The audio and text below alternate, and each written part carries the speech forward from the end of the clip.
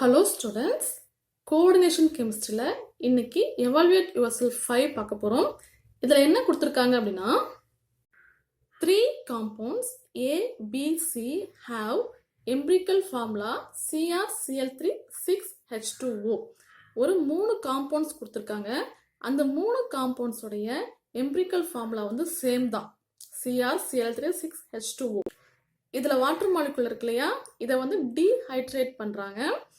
அந்த மாதிரி டீஹைட்ரேட் பண்ணும்போது இதில் இருக்கக்கூடிய வாட்டர் மாலிகுல் ரிமூவ் ஆகும். ஸோ இதோட வெயிட் வந்து குறையும் இல்லையா. எந்தெந்த காம்பவுண்டுக்கு எந்த மாதிரி வெயிட் குறையுது அப்படிங்கிறது கீழே கொடுத்துருக்காங்க. காம்பவுண்ட் ஏ வந்து 4 grams எடுத்துக்கிட்டோம் அப்படின்னா ஆஃப்டர் டீஹைட்ரேஷன் 6.46 வெயிட் குறைஞ்சிருக்கு. அதே மாதிரி காம்பவுண்ட் பி வந்து 0.5 gram எடுத்துக்கிட்டீங்க அப்படின்னா உங்களுக்கு வந்து 0.466 குறைஞ்சிருக்கு. காம்பவுண்ட் சி 3 grams எடுத்துக்கிட்டா சேம் 3 grams-ஆவே இருக்குது. ஸோ இந்த காம்பவுண்ட் ஏ பி சி உடைய அந்த மாலிகுலர் ஃபார்முலா என்னவா இருக்கும் அப்படிங்கிறது தான். இப்போ இந்த சம் போடணும் அப்படின்னா உங்களுக்கு ஒரு பேசிக் கான்செப்ட் தெரிஞ்சிருக்கணும். ஒரு கோஆர்டினேஷன் காம்ப்ளெக்ஸ்ல கோஆர்டினேஷன் ஸ்பியருக்குள்ள இருக்கக்கூடியது என்னைக்கும் ஸ்பிளிட் ஆகாது. அந்த ஸ்பியருக்கு வெளியில இருக்கக்கூடியது மட்டும்தான் வந்து அயனைசேஷன் ஆகும், இல்லை டீஹைட்ரேஷன் ஆகும். இந்த மாதிரி படித்தோம். கோஆர்டினேஷன் ஸ்பியர் அப்படிங்கிறது அந்த ஸ்கொயர் பிராக்கெட் இருக்கு இல்லையா, அப்போ அந்த ஸ்கொயர் பிராக்கெட்டுக்குள்ள இருக்கக்கூடியது பிரிக்க முடியாது. ஸ்கொயர் பிராக்கெட்டுக்கு வெளியே இருக்கக்கூடியது தான் வந்து பிரிக்க முடியும். அப்போ இதுல வந்து டீஹைட்ரேஷன் ஆயிருக்கு அப்படின்னா அதுக்கு என்ன அர்த்தம் அப்படின்னா இந்த காம்பவுண்ட்ஸ்ல அந்த ஸ்கொயர் பிராக்கெட்டுக்கு வெளியில வாட்டர் மாலிகுல்ஸ் இருந்திருக்கும் அப்படிங்கிறது தான். இதுல பாத்தீங்க அப்படின்னா 3 grams எடுத்துக்கிறாங்க, சேம் 3 grams-ஏ இருக்கு. இதுக்கு என்ன அர்த்தம் அப்படின்னா இதுல வந்து அந்த ஸ்கொயர் பிராக்கெட்டுக்கு வெளியில வந்து எந்த விதமான வாட்டர் மாலிகுலும் இல்லை அப்படிங்கிறது தான். இதுக்கு நீங்க டைரக்டாவே வந்து ஆன்சர் சொல்லிடலாம். ஆனா இதுலலாம் வந்து எத்தனை மாலிகுல் ஆஃப் வாட்டர் வந்து வெளியில இருந்திருக்கு அப்படிங்கிறது நமக்கு தெரியாது இல்லையா. ஸோ அதை கண்டுபிடிக்கணும். அதுக்கு முன்னாடி இந்த எம்பிரிக்கல் ஃபார்முலாவுடைய மோலார் மாஸ் நமக்கு தெரிஞ்சிருக்கணும். எம்பிரிக்கல் ஃபார்முலா இந்த மாதிரி கொடுத்துருக்காங்க. இப்போ இதுக்கு மோலார் மாஸ் கண்டுபிடிப்போம். குரோமியத்துக்கு வந்து 52 ப்ளஸ் குளோரினுக்கு வந்து 35.5. எத்தனை குளோரின் இருக்கு? 3 குளோரின் இருக்கு. ஸோ 3 ப்ளஸ் வாட்டருக்கு வந்து பார்த்தீங்க அப்படின்னா ஆக்சிஜனுக்கு வந்து 16 இருக்கும், இதுக்கு 2, ஸோ 18 ஆச்சு. எத்தனை வாட்டர் மாலிகுல் இருக்கு? 6 வாட்டர் மாலிகுல் இருக்கு. ஸோ 6. டோட்டலாக பார்த்தோம் அப்படின்னா நமக்கு வந்து மோலார் மாஸ் வந்து 266.5 grams. இது வந்து என்னது? Molar mass. முதல்ல காம்பவுண்ட் ஏ கண்டுபிடிப்போம்.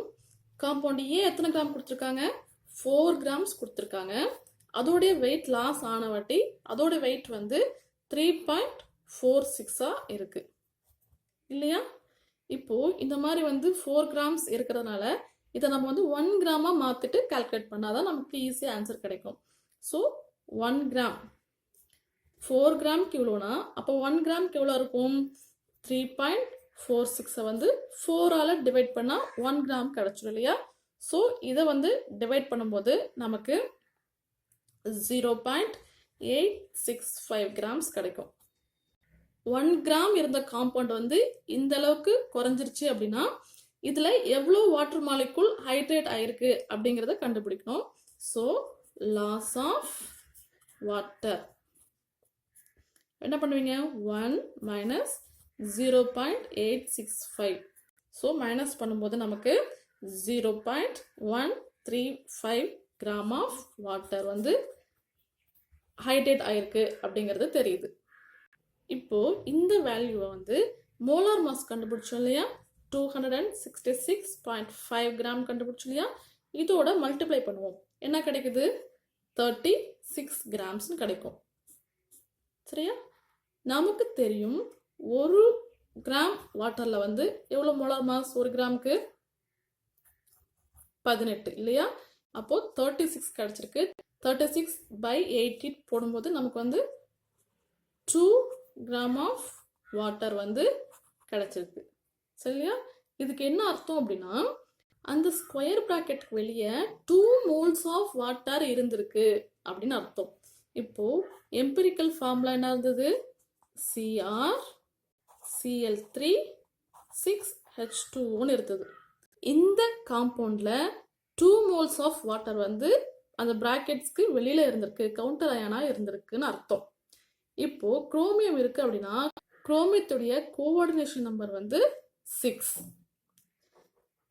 இப்போ இந்த 6 வாட்டர் மாலிகுல் இருக்கு, 6ல 2 வெளியே இருந்திருக்கும் அப்படின்னா மிச்சம் இருந்திருக்கும் H2O 4 இருந்திருக்கும். கோஆர்டினேஷன் நம்பர் 6 அப்படிங்கிறதுனால இங்க 4, இதுல இருந்து ஒரு 2 குளோரின், மிச்ச குளோரின் வந்து வெளியில இருந்திருக்கும், plus 2 H2O. So compound A அப்படிங்கிறது இந்த மாதிரி இருந்திருக்கும். அப்பதான் 2 moles ஆஃப் வாட்டர் வந்து வெளியில போயிருக்கும். அடுத்து காம்பவுண்ட் B பார்ப்போம். என்ன கொடுத்துருக்காங்கன்னா 0.5 கிராம் காம்பவுண்ட் இருக்கு. இதை வந்து ஹைட்ரேட் பண்ணும்போது 0.466 கிராமா குறைஞ்சிருக்கு இல்லையா? நம்ம முதல்ல பார்த்தோம் 1 கிராமுக்கு மாற்றிக்கிட்டோம் அப்படின்னா நம்ம கால்குலேட் பண்ணுறதுக்கு ஈஸியாக இருக்கும். ஸோ 0.5 ஒன்றா மாற்றணும்னு என்ன பண்ணணும்? 2ஆல் மல்டிப்ளை பண்ணுவோம். இதை 2ஆல் மல்டிப்ளை பண்ணணும்னா இதையும் வந்து 2ஆல் மல்டிப்ளை பண்ணுவோம். அப்போ இங்கே என்ன கிடைக்கும்? 1 கிராம் கிடைக்கும். இது வந்து 0.932 கிராம்ஸ் கிடைக்கும். இப்போ லாஸ் ஆஃப் வாட்டரை பார்ப்போம். எவ்வளோ வாட்டர் லாஸ் ஆயிருக்கு? 1 கிராம் இருந்தது, 0.932 கிராம்ஸ் ஆயிடுச்சு அப்படின்னா மிச்சம் வந்து இதில் 0.068 கிராம் ஆஃப் வாட்டர் மாலிகுல் இருந்திருக்கும். இப்போ இதை வந்து மோலார் மாஸ் கூட மல்டிப்ளை பண்ணணும். மோலார் மாஸ் என்னது? 266.5 கிராம்ஸ். மல்டிப்ளை பண்ணும்போது உங்களுக்கு வந்து 18 கிடைக்கும். சரியா? ஸோ உங்களுக்கு 1H2Oக்கு 18 அப்படிங்கிறது தெரியும் இல்லையா? ஸோ 18/18 வந்து 1 மாலிகுல் இல்லையா? அப்போது வெளியில் வந்து 1 மாலிகுல் ஆஃப் வாட்டர் இருந்திருக்கு. எம்பிரிக்கல் ஃபார்முலா வந்து என்னது? Cr Cl3 6H2O. அப்போது காம்பவுண்ட் B என்னவா இருக்கும்? ஒரு மாலிகுல் மட்டும்தான் வெளியில் இருக்குது. ஸோ Cr 5ல் வந்து 1 போயிடுச்சுன்னா H2O 5, கோஆர்டினேஷன் நம்பர் 6ங்கிறதுனால ஒரு Cl சாட்டிஸ்ஃபை பண்ணியிருக்கோம். ஸோ 6 ஆகிடுச்சு. மிச்சம் வந்து Cl2 வந்து இருக்குது, ஒரு மாலிகுல் மட்டும் H2O. இதுதான் வந்து காம்பவுண்ட் பியோடைய ஃபார்முலா. இந்த மாதிரி இருந்திருக்கும். அடுத்து காம்பவுண்ட் 3 பார்ப்போம். 3 கிராம் ஆஃப் காம்பவுண்ட் C இருந்திருக்கு. அதை டீக்ரேட் பண்ணாட்டியும் 3 கிராமே இருந்திருக்கு. ஸோ இதுலேருந்து உங்களுக்கு என்ன தெரியுது அப்படின்னா அந்த காம்பவுண்டில் வந்து எந்த விதமான ஹைட்ரேஷனும் நடக்கலை அப்படின்னா 6 மாலிகுல் ஆஃப் H2Oவும் உள்ளேயே இருந்திருக்கு, கோஆர்டினேஷன் ஸ்பியருக்குள்ளேயே இருந்திருக்குன்னு அர்த்தம். பட் ஒரு 2 மார்க்கில் கேட்டாங்கன்னா ஒரு கால்குலேஷன் மாதிரி போட்டு காமிக்கணும் இல்லையா? அதுக்காக நீங்கள் வந்து போட்டு காமிக்கணும். இதையும் 1 கிராம் ஆக்கிட்ட, இதுவும் வந்து 1 gram. So loss of water வந்து 0 இல்லையா? 1 - 1 வந்து 0 கிராம்ஸ். இது கூட 0 × 266.5 கிராம்ஸ் மல்டிப்ளை பண்ணால் இப்போ 0. ஸோ 0 மாலிகுல் ஆஃப் வாட்டர் வந்து இருந்திருக்கும். அப்போது எம்பிரிக்கல் ஃபார்முலா வந்து என்ன இருந்தது? Cr Cl3 6H2O. 0 மாலிகுல்லாம் வெளியில் எந்த விதமான H2Oவும் இல்லைன்னு அர்த்தம். ஸோ 6 H2Oவும் கோஆர்டினேஷன் ஸ்பியருக்குள்ளேயே இருந்திருக்கு. H2O 6 டைம்ஸ், வெளியில் வந்து 3Cl இருந்திருக்கும். இதுதான் வந்து காம்பவுண்ட் C.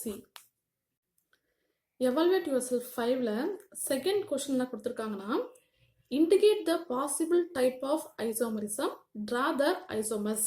ஒரு 3 காம்ப்ளெக்ஸ் கொடுத்துருக்காங்க, அதோடைய ஐசோமரை எழுதுங்க, அப்புறம் அது என்ன டைப் ஆஃப் ஐசோமரிசம் அதையும் மென்ஷன் பண்ணுங்கன்னு கொடுத்துருக்காங்க. இந்த ஃபர்ஸ்ட் காம்ப்ளெக்ஸ் பாருங்க, இது எந்த மாதிரி இருக்கு அப்படின்னா ரெண்டுமே காம்ப்ளெக்ஸ் அயனா இருக்கு. இது வந்து கேட்டயானிக் அயான், இது வந்து ஆனயானிக் அயான். இந்த மாதிரி வந்தது அப்படின்னா எந்த மாதிரியான ஐசோமர்ஸ் கிடைக்கும்? இந்த லிகான்ஸ் வந்து எக்ஸ்சேஞ்ச் ஆகிக்கும்னு பார்த்தோம் இல்லையா? எப்படி எக்ஸ்சேஞ்ச் ஆகும்? CO இருக்கும், இங்கே வந்து CN6 வந்துடும். ஸோ இது வந்து நெகட்டிவ் ஆகிடும், இது வந்து CrEn3 ஆயிடும். சரியா? இது வந்து ப்ளஸ். ஸோ நம்ம எப்பயுமே கேட்டையானிக் காம்ப்ளெக்ஸ் ஃபர்ஸ்ட் எழுதுறதுனால எப்படி எழுதுவோம்? CrEn3 COCN6. நீங்கள் இந்த ஸ்டெப் எழுதணும்னு அவசியம் கிடையாது, உங்களுக்கு புரியறதுக்காக எழுதியிருக்கேன். ஸோ இது கேட்டையானிக் காம்ப்ளெக்ஸ், இது ஆனையானிக் காம்ப்ளெக்ஸ். இந்த மாதிரி ஐசோமரிசம் நடக்கும். இந்த மாதிரி நடந்துச்சு அப்படின்னா இது என்ன டைப் ஆஃப் ஐசோமரிசம் சொல்லுவோம்? இது ரெண்டுமே வந்து கோஆர்டினேஷன் ஸ்பியர்னு சொல்லுவோம் இல்லையா? ஸோ இது வந்து கோஆர்டினேஷன் ஐசோமர்ஸ்னு எழுதணும். இதுல இந்த ஒரு ஐசோமர்ஸ் தான் இருக்கு, மற்றபடி ஜாமெட்ரிக்கல் ஐசோமர்சம் எல்லாம் இதுல வந்து இல்ல. அடுத்து இந்த காம்ப்ளெக்ஸ் பாருங்க, கோபால்ட் இருக்கு, அமோனியா இருக்கு, NO2 இருக்கு, நைட்ரேட் இருக்கு இல்லையா? இந்த NO2 அப்படிங்கிறது ஆம்பிடென்டேட் லிகாண்ட். ஆம்பிடென்டேட் லிகாண்ட் அப்படின்னா இதுல வந்து N அப்படிங்கிறது டோனர் ஆட்டமா இருந்திருக்கலாம் இல்லையா, O டோனர் ஆட்டமா இருந்திருக்கலாம். இந்த ஐசோமர்ல பாத்தீங்க அப்படின்னா CO கூட N ஜாயின் ஆயிருக்கு இல்லையா? ஸோ நீங்க அடுத்த ஐசோமர் எழுதும்போது O ஜாயின் ஆயிருக்கிற மாதிரி எழுதணும். எப்படின்னா கோபால்ட் NS3 5ONO இந்த மாதிரி எழுதணும். இது என்ன டைப் ஆஃப் ஐசோமர்னா லிங்கேஜ் ஐசோமர். அடுத்தது கொஸ்டின் வந்து all possible type of isomers கேட்டதுனால நம்ம வந்து ஜாமெட்ரிக்கல் ஐசோமர்ஸும் இதுல இருக்கா அப்படிங்கறத பார்க்கணும். இப்போ இது என்ன காம்ப்ளெக்ஸ் அப்படின்னா இங்க ஒரு 5 1 6. ஸோ இது வந்து ஆக்டாஹெட்ரல் காம்ப்ளெக்ஸா இருக்கு. இது எந்த மாதிரி டைப்பு? மெட்டல் A5B அப்படிங்கிற டைப்ல வந்திருக்கு. நம்ம ஏற்கனவே படிச்சிருக்கோம். A5B டைப்புக்கு ஜாமெட்ரிக்கல் ஐசோமரிசம் சிஸ் டிரான்ஸ்லாம் எழுத முடியாது. ஏன்னா நீங்க எப்படி எழுதினாலும் ஒரே மாதிரி தான் இருக்கும். ஸோ இதில் சிஸ் டிரான்ஸ் கிடையாது. ஸோ சிஸ் டிரான்ஸ் இல்லை. அதே மாதிரி ஆப்டிக்கல் ஐசோமரிசமும் இதுக்கு எழுத முடியாது. ஸோ இதில் டோட்டலாகவே ஸ்டீரியோ ஐசோமரிசமே இதில் கிடையாது. ஒன்லி இந்த ஸ்ட்ரக்சரல் ஐசோமரிசம் மட்டும் இருக்கு. அடுத்து இந்த காம்ப்ளெக்ஸ் கொடுத்துருக்காங்க. இதுக்கு என்ன மாதிரியான ஐசோமர்ஸ்லாம் இருக்கு எழுதுங்கன்னு சொல்லியிருக்காங்க. இது பார்த்தீங்க அப்படின்னா NO2 இது ஒரு ஆம்பிடென்டேட் லிகாண்ட். ஸோ இது ஒரு லிங்கேஜ் ஐசோமராகவும் இருக்கலாம். NS3 3 இங்கே N ஜாயின் ஆயிருக்கு, அடுத்தது O ஜாயின் ஆகிருப்பாங்க, ONOCl. இது வந்து என்ன ஐசோமர்? இது ரெண்டும் லிங்கேஜ் ஐசோமர். இது ஒன் டைப் ஆஃப் ஐசோமர். இதில் பார்த்தீங்க அப்படின்னா வெளியில வந்து குளோரின் இருக்கு கவுண்டர் அயான, இது வந்து உள்ள வந்து லிகாண்டாவும் செயல்படும். ஸோ Cl உள்ள வரும், NO2 வந்து வெளியில போகலாம். அந்த மாதிரியும் இருக்கலாம். PT NS3 ட்ரைஸ் Cl உள்ள வந்துட்டு NO2 வெளியில போகலாம். ஸோ இது என்ன ஐசோமர் சொல்வோம்? இந்த மாதிரி லிகாண்ட்ஸும் இந்த கவுண்டர் அயானும் எக்ஸ்சேஞ்ச் ஆனா நம்ம என்ன ஐசோமர்ஸ் படிச்சிருக்கோம்? Ionisation isomerism. இப்போ ஸ்ட்ரக்சரல் ஐசோமரிசம் முடிச்சிட்டோம். அடுத்தது ஸ்டீரியோ ஐசோமரிசம் வருவோம். இதுல பாத்தீங்க அப்படின்னா இது எந்த மாதிரி டைப்னா 3 இருக்கு 4 இருக்கு. ஸோ கோஆர்டினேஷன் நம்பர் வந்து 4. இது வந்து ஒரு ஸ்கொயர் பிளானர் காம்ப்ளெக்ஸ் இல்லையா? ஸ்கொயர் பிளானர் காம்ப்ளெக்ஸ் படிக்கும்போது படித்தோம். இந்த MA3B இந்த மாதிரி டைப் வந்துச்சு அப்படின்னா அதுக்கு ஜாமெட்ரிக்கல் ஐசோமரிசம் கிடையாது. இதை வந்து சிஸ் டிரான்ஸ்ஃபார்ம்ல எழுத முடியாது. எப்படி எழுதினாலும் ஒரே மாதிரி தான் இருக்கும். அதே மாதிரி இதுக்கு ஆப்டிக்கல் ஐசோமரிசம் நீங்கள் எழுதினாலும் ஒரே மாதிரி தான் இருக்கும். ஸோ இந்த காம்ப்ளெக்ஸ்க்கு ஸ்ட்ரக்சரல் ஐசோமர்ஸ் மட்டும் தான் இருக்கு, ஸ்டீரியோ ஐசோமர்ஸும் கிடையாது.